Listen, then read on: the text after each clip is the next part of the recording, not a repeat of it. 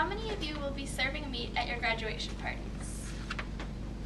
Okay, now how many of you know of the ways in which that meat was produced? Okay. Although many of us will soon be enjoying tacos and pulled pork sandwiches, we most likely won't be thinking about the negative effects of meat production.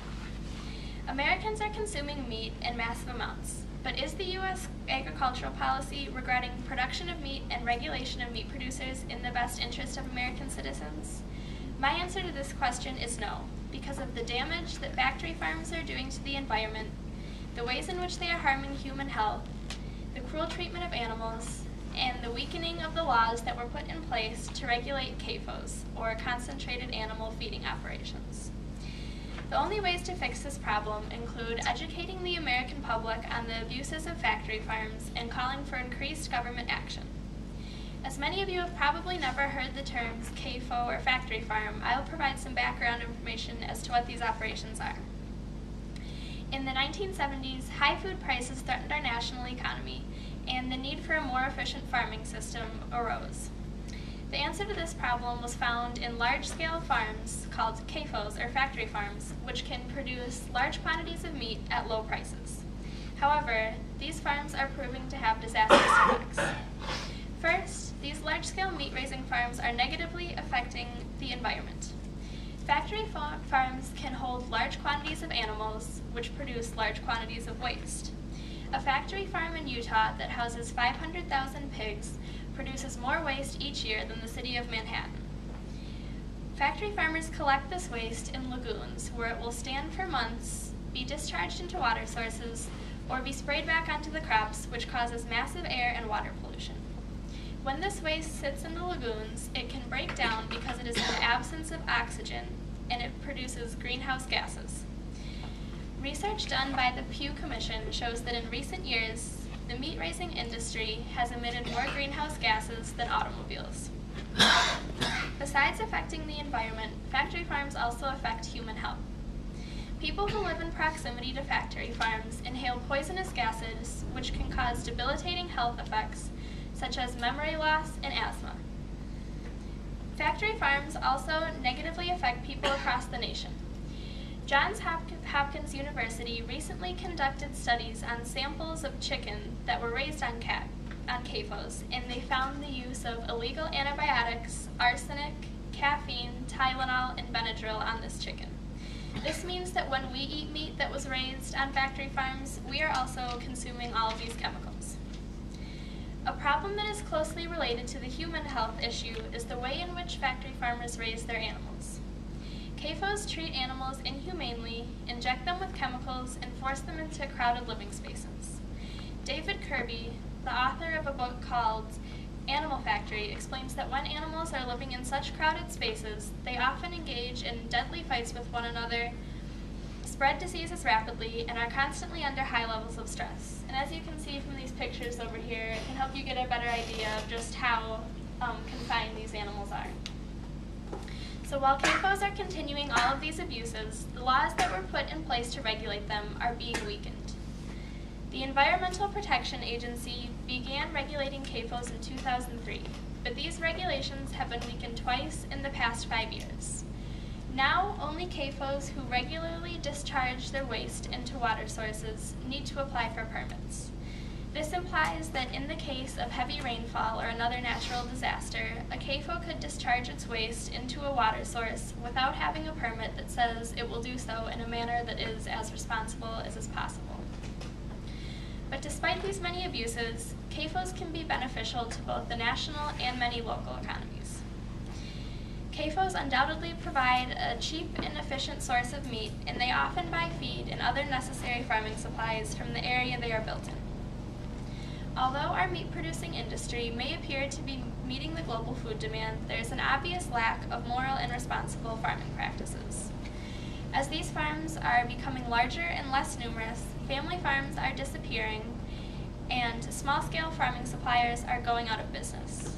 In a recent report done by the United States Conference of Catholic Bishops on Economic Justice, it is explained that factory farms are using God's resources in a way that is not beneficial to all. The ways to change all these problems include educating Americans on the negative health effects that go along with factory farms. In this way, they will only buy meat from responsible meat producers. Also, the federal government must reduce its programs that give benefits to large farms and start giving small-scale farms their share of federal assistance. Finally, the government must stop giving tax breaks to CAFOs and begin putting higher taxes on large plots of farmland. This will discourage people from buying the amount of land that it takes to establish a CAFO. Over the past 25 years, our country has undergone significant and dramatic changes in its meat production system. Although there were good reasons to make some of these changes, they are clearly not in the best interests of our nation. So before you take a bite out of that first pulled pork sandwich this weekend, think about where that meat came from and what it's going to do to you and the environment. Thank you.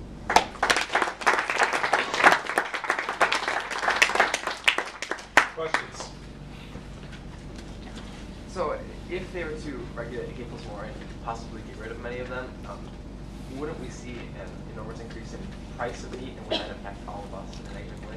Yeah, that's true. It is a lot more expensive to buy organic meat, but if there was a complete overhaul on the whole system, that wouldn't necessarily be the case anymore. Nathan? Since there are many chemicals being put into these animals, do humans see these side effects? Yes, there are a lot of side effects that go along with, especially the antibiotics, as we consume the antibiotics, sometimes we'll become resistant to certain diseases, and a lot of it is seen in a lot more doctor visits, and although it's not that apparent, it is there. How can we identify the resource of the meat when we go out to eat? Well, generally, all the meat you're going to find, or in the supermarket, it's pretty much all comes from a CAFO. However, a lot of times in a restaurant, on a menu, it'll say free-range chicken. Or in Winona, there are a couple places you can go. I know Ladybird Meats, down by the fruit market, their meat is all responsibly produced. So do you think government should enforce the restaurant to label the resource of the meat? Yeah, that could be a really good idea. A lot of it, it might not make the restaurant appealing to many people right now, but that would be a really good idea. Did you see any stats on the amount of meat consumption per capita between now and perhaps 50, 100 years ago, anything like that? Yep, I did find a statistic on that. It says, and it also has to do with how much the meat costs, and it says now we consume, I think it's 10 times more meat than we did in, I think it might have been the 1920s, but it only costs a fraction less of what it used to cost, even though we're buying so much more of it.